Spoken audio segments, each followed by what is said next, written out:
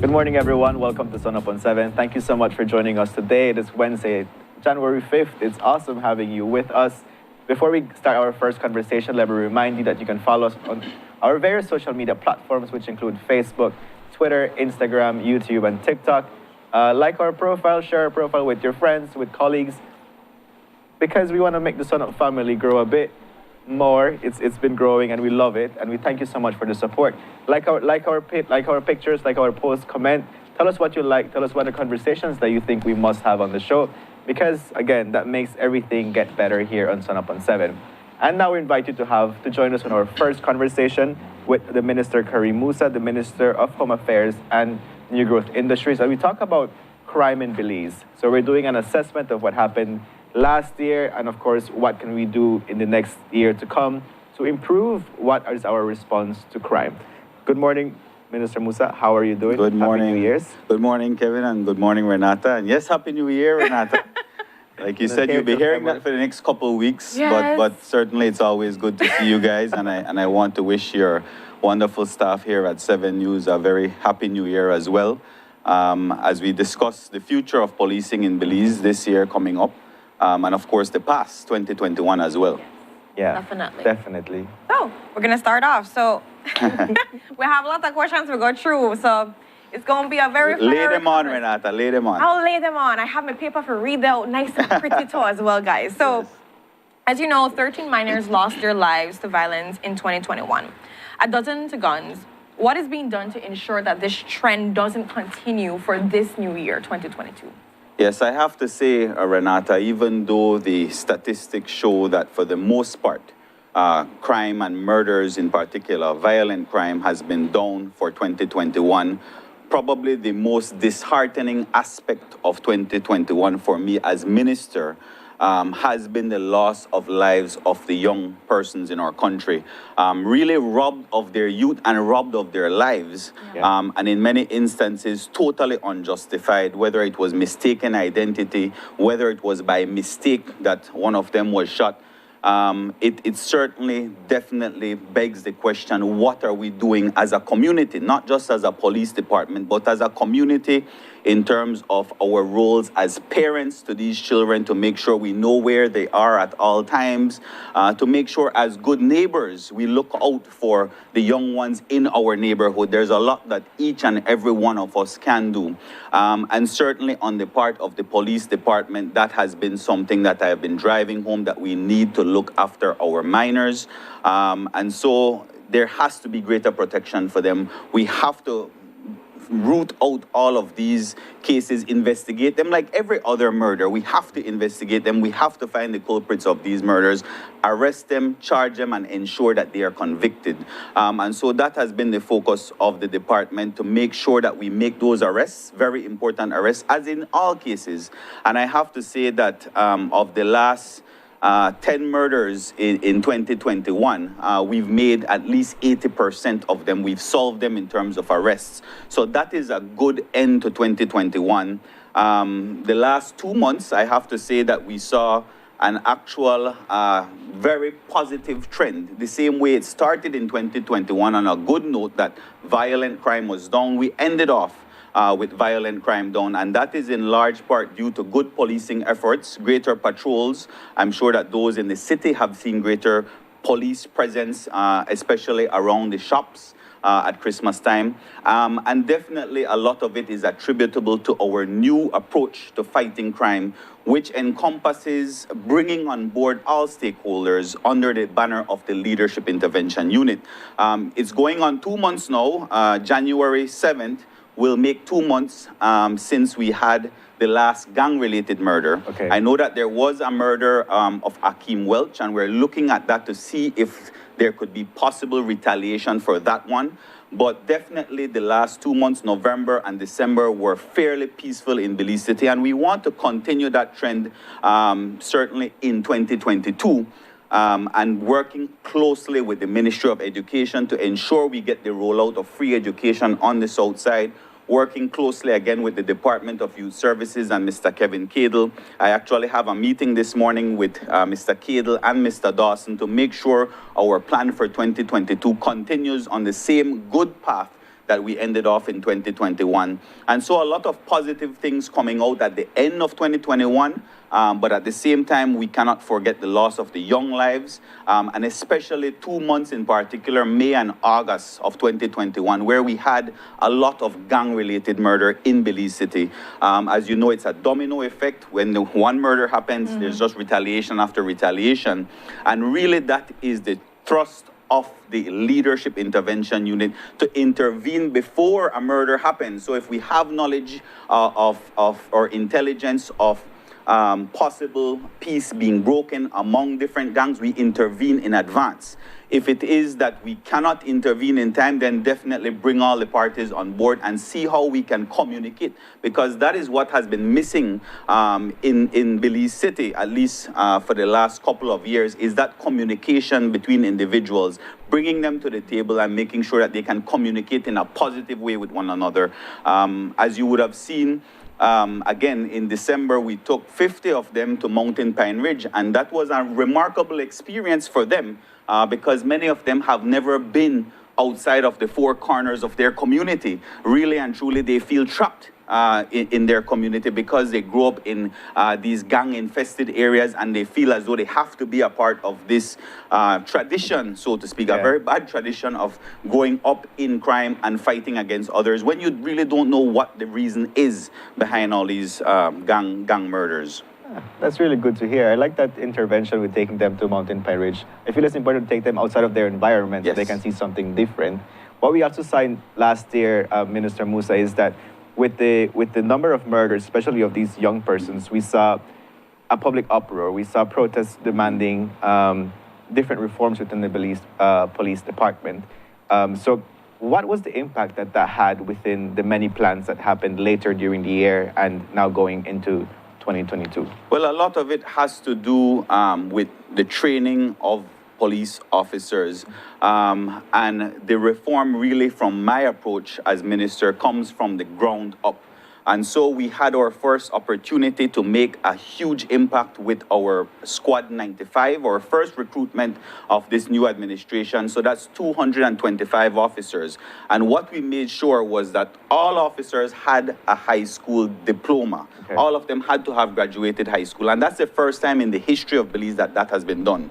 Secondly, all of them had to pass the exam to get into. So they had to pass the exam to qualify to actually be one of the new recruits. And then thirdly, they had to pass the exam while at the end of it. Again, also historical because that has never been done.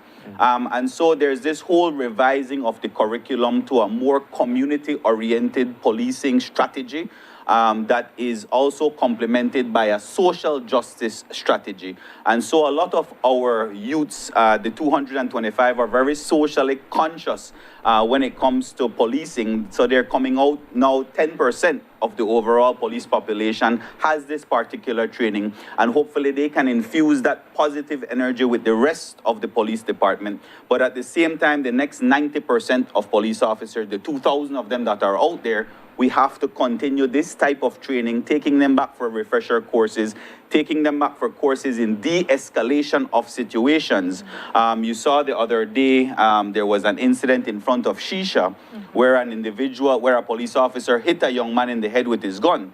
It is alleged that the young man hit the officer first with an object, but at the same time, I don't feel that that was justified. As much as you were hit in your head as an officer, there is bound to be a reaction, but not to that extent. I believe that personally that was excessive, and in the circumstances, a decision was made to place charges on that particular officer. And so while we move forward in this new approach, there will be instances where there will be lapses in judgment, and we have to, as a ministry and as a police department, deal with those lapses to make sure that they don't happen again. All right. Do you have any update on the health insurance that you were talking about last year with the police department? How is that rolling out? Are there police already being registered to this program? And what's the update with the mental health support that police officers are getting? Well, because even though you're saying we're training new recruits and they're very social beings, but the mental health aspect is a crucial component. Any updates with that? Yeah, in terms of the latter, being the psychological doctor for the police department, we're not where we want to be. So I was hoping that by October we would have had that in place. We've already made the application and request to the Ministry of Finance. As you know, finances are not where they need to be, but certainly for this upcoming budget, it will be included for certain. That we will have the mental health doctor in place. And I'm hoping also a physical doctor and certainly a nutritionist on board for the police department in terms of healthy eating habits for us to establish. And your other question? About the health insurance. The health insurance, yes. We do have a health insurance scheme. I think approximately 500 police officers are subscribing, but that, again, is a personal health insurance scheme by those officers. Yes, it is a group package, a group deal, and so the rate is a lot lower. But we, as a government, we want to be able to find the resources so that we can complement that, so that we can have the entire police population, the entire 2,225 police officers insured. So moving forward, again, we have to identify the budget for it where we can contribute, if not 50%, maybe 40% of the premium on behalf of police officers, because the premium for them to take on their own is a little burdensome, especially them having their 10% cut last year. So moving forward, again, that's something we have to identify in the budget. Okay. Minister, you mentioned earlier in your first answer about the leadership intervention unit and how they were doing, the retreat and so forth. So moving forward in 2022, will there be more retreats? Also, there have been public members that have expressed their concern about treating these young people like they are higher than whatever it is and having all these meetings and all those stuff, because it makes it seem like you are sensationalizing being in a gang and just trying to focus all on them when they're supposed to be quote unquote punished and all these things. So what are your thoughts along that approach of what you guys are doing? Well, I consider that to be a lot of noise, Renata, because at the end of the day, we have to fight poverty before we can fight crime. And fighting poverty means improving the level of education for our young people. And that is why the partnerships that we form with other ministries is so crucial, because yes, while the police department is responsible to fight crime, at the same time, we have to fight poverty at its very root. And we all know that education is the key to success. And so we have to make education accessible and affordable and possibly free. That is at least the plan of the administration in this first half of 2020, to make education free on the south side of Belize City. And so if we get our young people in school, all the way through to high school and possibly sixth form, when they graduate with that degree, they have invested so much in themselves that they don't want to turn to a life of crime. And so that is the overall objective, tackling it from the very young, taking them through the education process. And if it is that they do not fall in the academia, then offer them the option of skills training. And that's, again, a part of our leadership intervention unit, to offer skills training, entrepreneurial skills, vocational skills, all of these other things for those who are not academically inclined. And so the leadership intervention unit really is a very comprehensive, thorough plan. It doesn't just include retreats, which are very important for teaching these young men communication skills, teaching them conflict resolution, teaching them anger management. But at the same time, right back here in Belize City, we have to work together. We have to make sure they get access to not just education opportunities, but employment opportunities. And so it's not putting them on any pedestal, so to speak. And funnily enough, whenever you have a low crime rate, you don't hear anything in the news. So for November and December, when there weren't any murders, it didn't make the news. But something like that should make the news. Definitely. The positive should make the news. It's only when you have the spike in crime, oh, we need to do something about crime. Well, we have been doing something about crime, and it is yielding dividends. We just have to have a continuation of this effort. And again, always be able to intervene whenever there is this information or intelligence that we're gathering that there may be a dispute brewing among certain members. Very cool. So it's a very, I like the fact that it's comprehensive and we're tackling multiple approaches, because like you said, there's one thing to provide education for someone, but you also have to look at other factors that are supported, because you could have the free education, but maybe you don't want to go because of other things. And so I think also, the counseling aspect of seeing what is the trauma that these boys are feeling? Why do they feel like they owe their lives to this gang, and seeing how they can break free? Because we've had people that talk about being affiliated with gangs and the hard process to walk away from that. Yes, So and definitely. it's usually around the age of 35. If, as a gang member, you made it to the age of 35, you've been through it all at that point, and you really want to see better for your children. You don't want to continue that life because you know there's only two ends to that life, and that's in prison or under the surface. And so you don't want that life because you've lived it. You don't want that life for your children. And so I appreciate hearing former gang members say to the young ones, this is not the way to go. And so that is why the leadership of these at the very top, the older heads, so to speak, is very important in telling these young people, no, from the 1990s, we went from 4 gangs to now 27 gangs in Belize City, in just this very small 6-mile radius area. 27 gangs, that is totally unacceptable. And so that is what we've been doing, is trying to break that cycle, stem that tide, to say this is not the life we want to continue. We don't want this to blow up any further from 27 to 50 gangs. We want to reduce the number of gangs, and we want to show that there is a better life than this life of crime that they've been living. Definitely. So more social interventions are definitely needed to address this issue, because I can see how emotional intelligence, community rehabilitation, diversity awareness plays a key role in reducing this number of gangs. Minister, you mentioned something when we were talking about the recruitment and the development of police, where you're saying that you're addressing policing from the bottom-up approach. But now I want to talk about the top.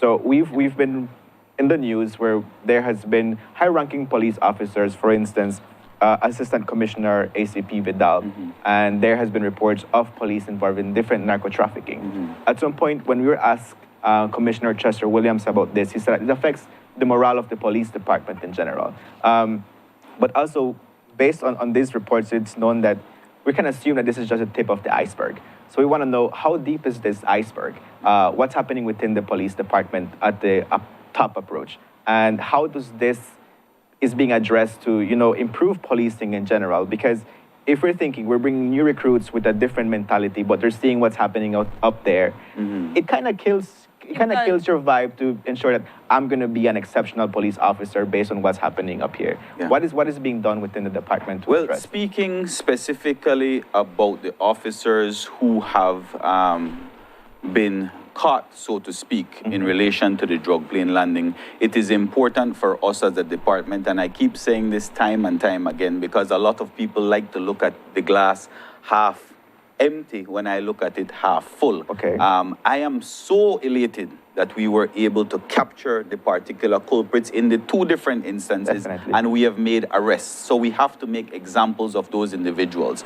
I know you're asking me specifically about ACP Vidal, and I don't want to in any way implicate him when in fact the evidence thus far is not implicating him in any of those plane landings. But certainly, as a top officer, he has an obligation and a responsibility to know where his team is, to know where the assets of the police department is. And so in that regard, we found that there were administrative failures on his part, hence the reason why he was placed on suspension. And so while it is we don't have enough or any evidence, so to speak, to link him to any of the plane landings, it is important for us as a department, while it may lower the morale of those at the top, at the same time, we have to continue our zero tolerance approach.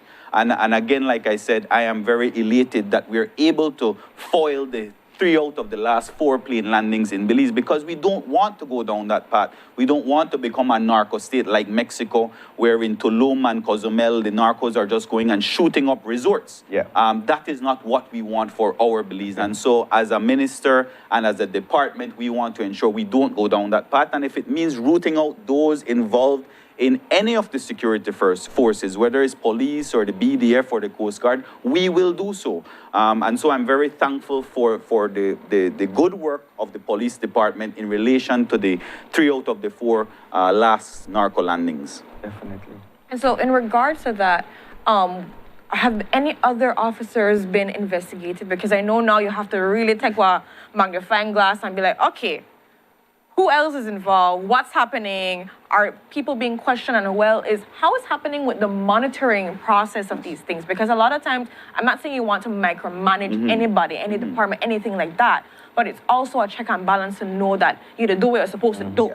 Yeah, and a lot of that responsibility, Renata, falls on the hierarchy of the police department. Yes, there is the commissioner of police, but as I've said previously, he cannot micromanage 2,200 police officers. And so a lot of that responsibility to manage properly falls on the commanders. And that is why we're having a commanders meeting next week between myself, my CEO, and the commissioner of police to lay out what our expectations are in terms of their roles, because a lot of them, once they reach a certain position, they get in an office job and they don't feel that they need to be on the ground. Well, we're going to take a new approach for 2022. We want you to be on the ground. We want you to go out and to manage your officers properly. And so at the end of the day, the buck stops with the assistant commissioners of police. It stops with the deputy commissioners of police, so that we know exactly what is happening in your particular department within the police force. And so that's what we expect. We expect to have accountability at every single level of the police department moving forward. Okay. Minister, so if we reflect on the numbers from last year, we shared that there's 125 murders that happened in 2021. Do you have a murder rate that you're looking forward for this year? I mean, what is your expectation? I mean, of course, we don't want a number. I know. Of course, I was just zero. going to say, Yes. of course, Kev, we want the numbers to Of be course. at zero. But I think as minister, I have to be fairly realistic, given the climate that we're living in, the economic situation that we're living in. A lot of the crime that happened in 2021, believe it or not, was not necessarily all gang-related. Compared to previous years, it's actually half of what was happening before in terms of gang-related murders. But a lot of the crime is now domestic, crimes of passion. We've seen where we've had hired hits taking place in the country. And so there are different types of crime that we have to deal with. Those crimes are more easily solved, especially the ones with domestic violence. They're very unfortunate, the crimes of passion, but in fact, they're easy to solve because we know who the culprit is. We have the evidence in order to convict those particular persons. But moving forward in 2022, we have to be more wary of these types of crimes that are taking place. Yes, we have to focus on Belicity, on Southside, and gang intervention, but there are so many other crimes that are taking place, and we have to put our tentacles out to address all these different levels of crime. But if you ask me where my goal is realistically for 2022, I will aim for the 100 mark. I will aim for that. We're only 25 off, and if we take out the months of May and August, which again were just a series of retaliations in terms of gang-related murders, we would have been below the 100 if we were just to remove those 2 months, because those 2 months, I think May was 19, and August was, I believe, 16 or 17. And so removing those 2 months, we could see where it could possibly be under 100. There we go. And so, Minister, we know that Omicron there. We've seen the press release, we've heard the songs, all kind of things that come with it. And we understand that being out on the forefront, these police officers are susceptible to contracting Omicron. And so could you tell us a little bit about what is being put in place when it comes to sick leave and the overall idea of somebody, a police officer specifically, being contracting Omicron or COVID in general? The police officers are human beings just like all of us. And yes, indeed, they interact a lot with the public on a daily basis. Thankfully, so far, Omicron has proven to be a lot milder than the previous variants, Delta and Alpha. And so we're thankful for that. But definitely, we expect there to be an increase in the number of cases within the department. Those officers, of course, once we identify them, will isolate as the Ministry of Health directs for 10 days. I believe that is the new protocol for 10 days isolation. And then thereafter, come back into the force, hopefully, without any serious health issues.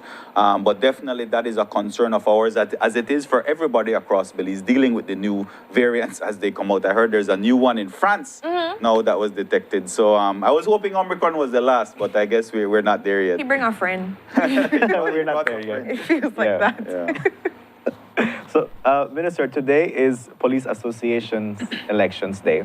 And based on reports, we've known that the commissioner is under quite criticisms because he's not letting some other officers campaign for the position that is being elected. Have you received any reports of him doing this kind of interventions? No. I always look forward to coming on this show because you all give me news. But you Every shush time now? I come on this show, I get shush.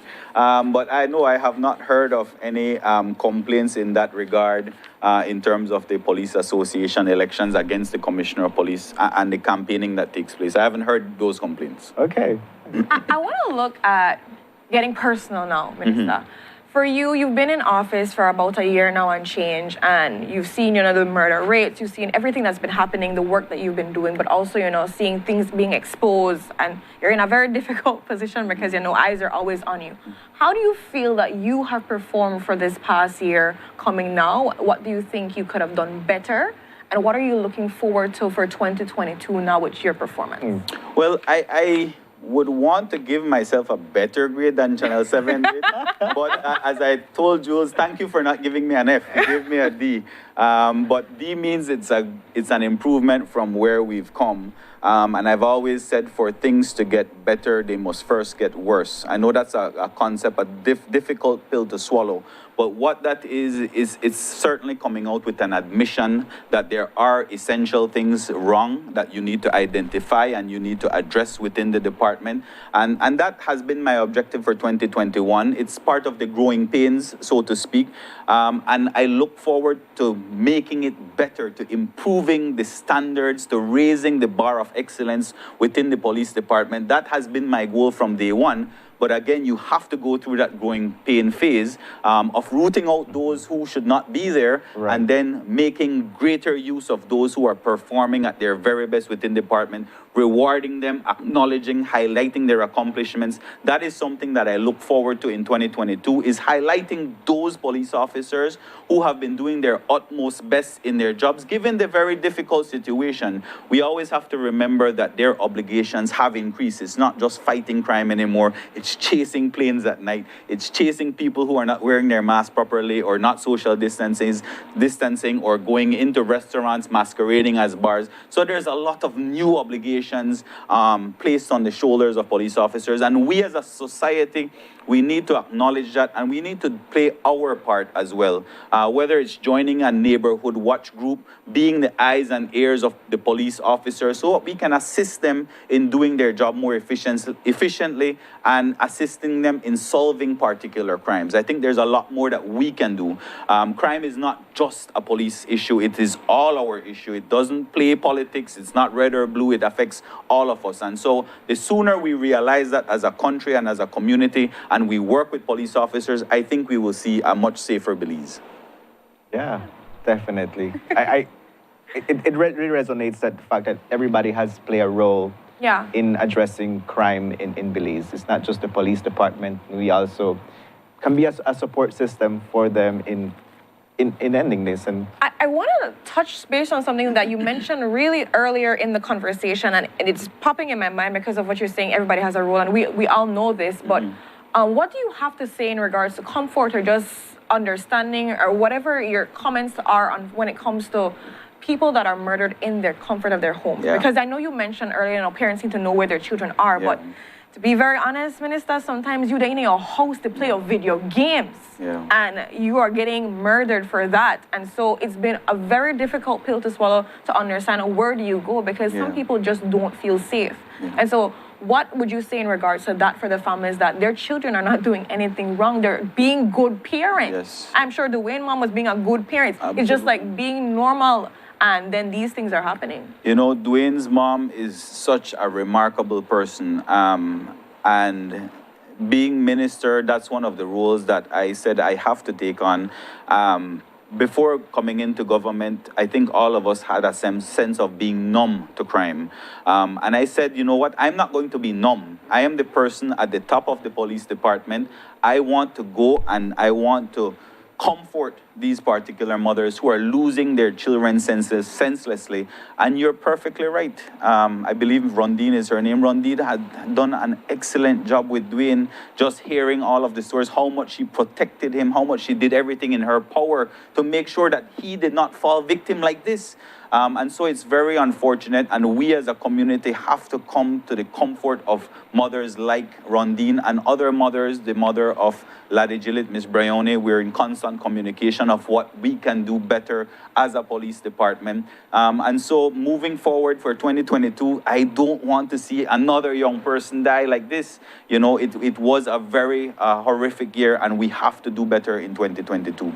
Yeah, definitely like addresses something that you mentioned on Monday, where we've kind of lost that community sense where we look after each other. We just that does not affect me, let just them deal with it. Rather, we lack that empathy.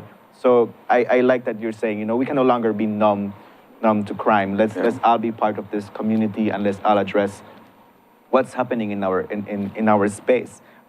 Minister, you share with us that you survived COVID, and we're so thankful for that. And, you know, blessings to you and your family. How was your experience like? Did you feel like you had Omicron?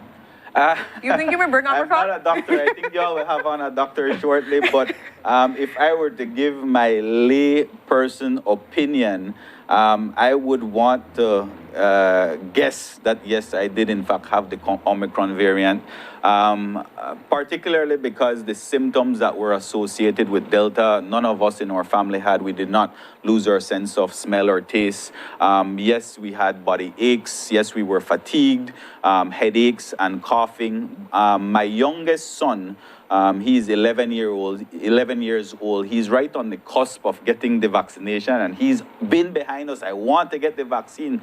Unfortunately, he doesn't qualify to get the vaccine because he's 11. He unfortunately suffered the most. His fever went up to 104 degrees, and that was for 3 days. And certainly as a parent, that is very worrisome. And so my experience, yes, it was mild for us adults who had our boosters, who had our vaccinations. But when you have to tend to your young son, who you don't know what to expect because you hear all these horror stories of COVID, and it's hard to tell a parent you can't go and treat your child because they have COVID. And I think that perhaps is how we all got it, because we refused to allow or to see our son suffer like that. And so treating him was the hardest part for the 3 days that he had the high fever. Wow. But we're so thankful that everybody recovered we are very well. thankful. Thankful for the vaccines. And you're here to give another round at 2022. It's COVID negative, guys. Yes, just in case anybody asks somebody, they're like, watch out, he had Omicron and you have a pan coach. No. No. Minister, I want to just touch base on something really quickly, because we were talking about community policing and the idea of us, coming together, stop that whole like your business, that kind of thing. But to be honest, there's a factor that comes in play with that when it comes to reporting. A lot of times some people make the reports and it feel like that you just made the report and nothing happened. For this year moving forward, is there anything that's going to be put in place to really be able to hone in on the reports that are made in the police department? Because I'm sure it's like so much is very overwhelming and it's hard to be able to meet all the needs. But however, I think that idea of having actual check-ins, follow-ups that come with after that report is something very important that will build trust back for people, knowing that, okay, I made a report and people are hearing, somebody can call me, somebody can say, check out the site or whatever it is, because sometimes it's just dead right there. You make the report and that's it. Yeah, a lot of the times people from all walks of life contact me because, in fact, like what you're saying, their reports, they feel as though they're not being tended to by the police department. And that's where it goes back to accountability, because we have to have those in the chain of command as you go up, whether it's the officer in charge of a police station, they have to, at the end of the day, be accountable to those individuals who have made reports and to update them. And so it should never be the case that it ends up at the minister, that the minister has to intervene. And I have to say that I've seen less and less of that as we go on, because it's something that we have been adamant about within the police department. The officers in charge, the assistant commissioners of police being accountable to follow up on particular cases where it is that individuals feel as though their cases are not being addressed. Because like you rightly said, and that if you were to ask me what my overall objective is as minister, that is it, to restore the confidence and the relationship with the Belizean people, that partnership. They need to fall in love with the police department again. I don't like to sound romantic. Jules always accuses me of being too romantic with this notion, but we have to build that trust and confidence and restore that confidence on the part of the Belizean people. That really is my overall objective. Yeah, and we can definitely see it, as you mentioned earlier, that we're seeing how like these officers that are not performing as how they're expected to are being rooted out of the system. So that's one way where the people can say, okay, they're really putting their mouth where they said it would go. So it's addressing those issues to build back that trust and build back the whole system where people feel comfortable reporting. And I hope that addressing police brutality is also one of those things, because we constantly see that on social media, and definitely people feel scared of the police rather than saying, I feel comfortable going to address That's it. one of the benefits of the 21st century and technology, is the fact that now you can just pick up your phone and record an incident where you feel that police is behaving excessively. And so we've had a lot of that. And that's what I always tell officers when I went on the national tour last year. I told them, you have to assume that every single action that you take is being recorded. That is an assumption that you have to make. What I would want to say, though, on the flip side of that, is that in the very same manner that we can record that, we can also record when a crime is happening. If you see an assault taking place on the street, take out your phone and record it. Right. Be that eyes and ears with the evidence in your hand that you can provide to Crime Stoppers very anonymously. Provide that information to help us fight crime. Because again, technology and innovation is where we want to go with the department in 2022. I'm hoping that early February we can get the cameras that were promised to us through the Kabe Fund. Because if we can blanket the city with cameras, then we don't necessarily have to rely as much on the community, because you can follow a crime happening right here on Regent Street, and with other cameras, follow that individual after a crime takes place all the way to his home. Really. And we've been able to solve crimes like that in 2021. But imagine if you had much more cameras across Belize City. You can solve more and more crimes like that. Yeah. And so we have to use innovation and technology as we move forward in the department. Yeah, and it's definitely that's one way of addressing the hesitation of people not coming to make reports for fear of, for instance, so now you have those cameras where you don't really have to rely on those reports anymore. Yeah. But I still want to encourage citizens, do your part and make reports, and also use your cell phone to record when a crime is taking place, so that we don't have to rely on you, but we have the video footage that we can rely on as a department. There we go. Most definitely. We'll be able to see whatever is happening in these streets, good and bad. Yes, yes. And so I would say my final question for... For 2022? No.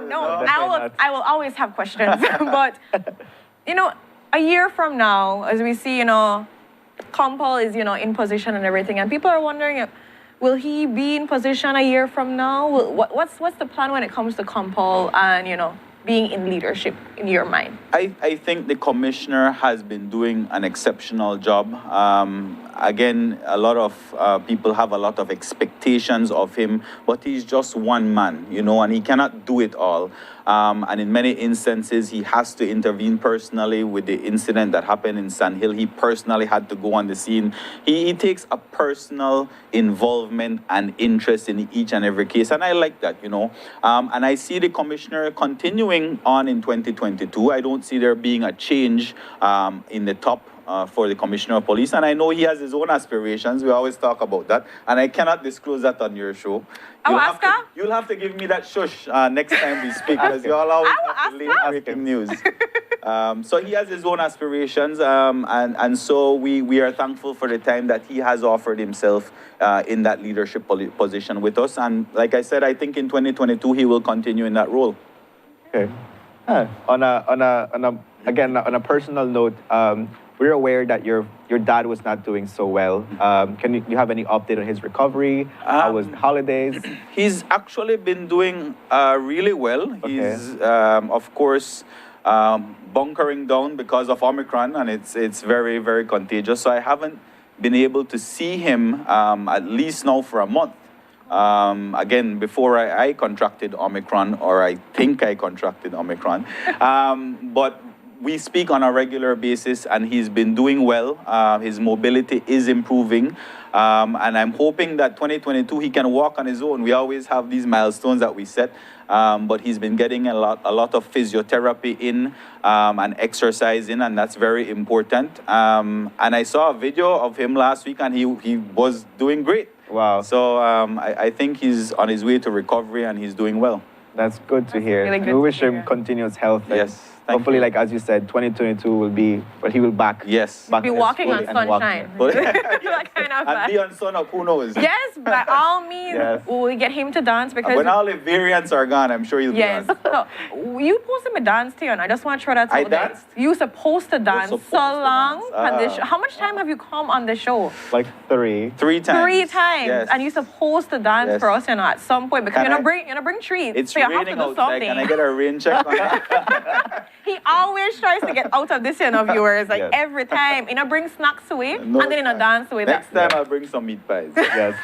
Minister, since you're here, I also want to take the opportunity to wish everybody within your department and your Thank you. ministries a happy new year and all the best in 2022. We look forward to the work that comes out from your ministries. I'm sure that 2021 was a year where you came in and there was many disruptions that To needed sweep to up a lot of happen. stuff and uproot things. And definitely there was things that you realized, okay, these are areas where we need to improve, and hopefully we see those manifesting themselves this year. So we look forward to having you again on our couch to give us more Yes. updates. Yes, and thank I'm you hoping very positive news too as well, like Positive saying that, news, like, yes, say that we get a counselor or we get the Uh-huh. health insurance. Well, the up we get positive paid. news of the day is the success of the Leadership Intervention Unit for November and December and early January. I want to Alright. highlight their work. Mr. William Dawson, who is the chair of the Leadership Intervention Unit, and of course, Kevin Cadle over at Department of Youth Services, and their entire team, because it's a whole team. We had Mr. Fermin Oliveira from UB and all his students who are interning.